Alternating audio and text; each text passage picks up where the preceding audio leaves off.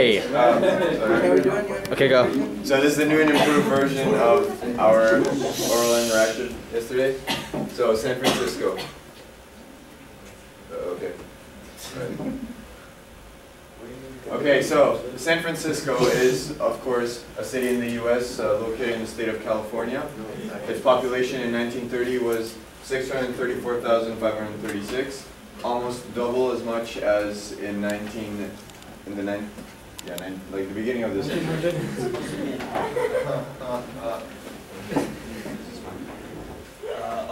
Wait, my bad. Okay, so just a brief history of how the city got its name. So San Francisco means St. Francis, pretty similar. So San Francisco is one of the biggest centers of maritime trade in the world, and it's a natural harbor too. So the first European members of the Spanish exploration voyage, since we know there's Spanish settlement in Mexico, there was part of it was a religious settlement as part of California, as the California chain of missions, to convert the Native Americans. And the mission was called San Francisco de Assisi. So, yeah, all right. So, moving on. Well, because the war impacted a lot socially, economically, and racially on San Francisco itself. So because it was World War II, men and women were working alongside each other to build weaponry.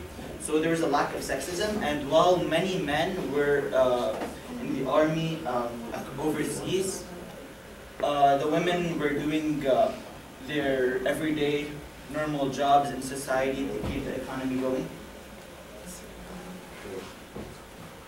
So economically, war, of course, created thousands of jobs. As a matter of fact, the Ford Motors Company assembly line was preparing tanks to ship overseas, as well as vessels. Only 5.9% of people over the age of 14 were looking for jobs. It structured the rich economic state San Francisco is in today.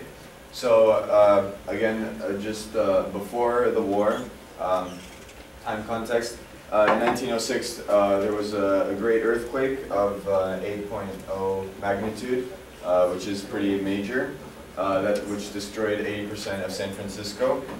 Politicians, of course, downplayed the effects because they wanted to keep receiving outside investments in the city, and eventually the city was able to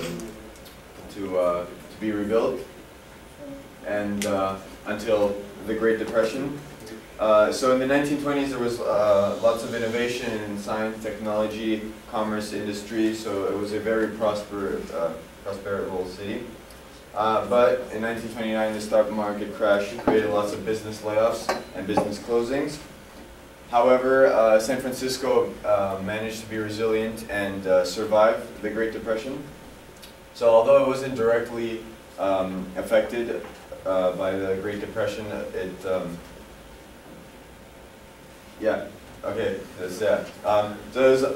one of the reasons that it kept going as a city.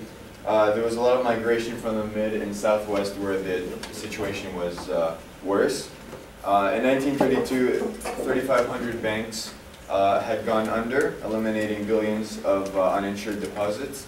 But they did not close, however, and that's one of the things that made San Francisco different than the other cities of the U.S.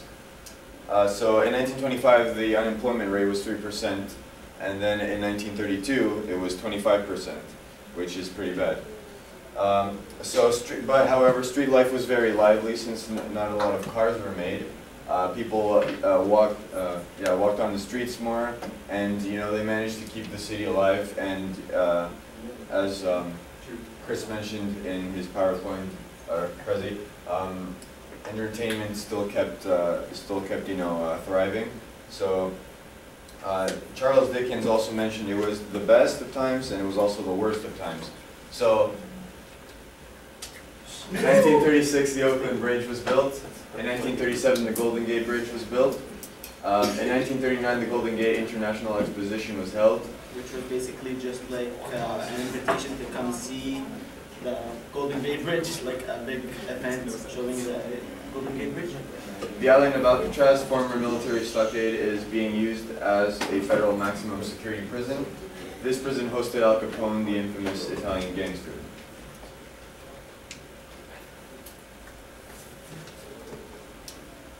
Racially, the Japanese Americans were unfairly being put in camps after what happened in Pearl Harbor, and they were losing all their possessions.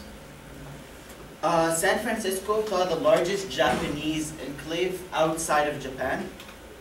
It was named Japantown. Thus, it is clear that the hate targeted towards the African American community was now passed on to the Japanese originated Americans. Many black families are taking their places in society, such as their homes and their jobs, and you could say that the African Americans are kind of enjoying the fact that the Japanese are getting into trouble because they're thriving thanks to that. Many black families migrated from other areas in the South. This was known as a part of the Great Migration. So as I've said before, the population in 1940 was almost double the population in the year 1900. So that kind of comes to show how much people were migrating towards San Francisco. Just to show how much the war impacted in San Francisco, here's an example of an important event. The United Nations Charter was signed there, and 6 years later, the Treaty of San Francisco firmly ended the war against Japan. So here's the demographics of San Francisco at the time. So the whites were 602,000, okay, 95%. The non-whites were 5%, the blacks 0.8%, and other races 4.3%. So as we see, segregation is still, you know, it's still present, but you know, so yeah, by the dominance of whites. But however, like, you know, as Amr said, the blacks weren't as mistreated as the Japanese were, you know, for fear of, you know, spying and such. A reason why the school Maya was in would have had that few black people was because there was very few black people in San Francisco at the time. They were still migrating, and she was one of the first families to settle there.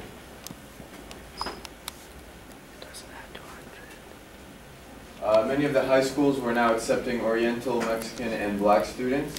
So most of the white population, including students, parents, and teachers, were not quite accepting of the African Americans and gave them a difficult time. So segregation again. The segregation law in schools was not completely abolished up until 1954 with the Brown v. Board of Education. So here's a little graph of the educational segregation in the U.S. prior to this board. So here was required to have educational segregation, no legislation, forbidden, and optional or limited. So you can see in San Francisco it's a lot better than Stanford. It was completely forbidden to have blacks and whites be in the same school, whereas in San Francisco it was also kind of not very traditional, but it was present, like the mixture of black students in the students.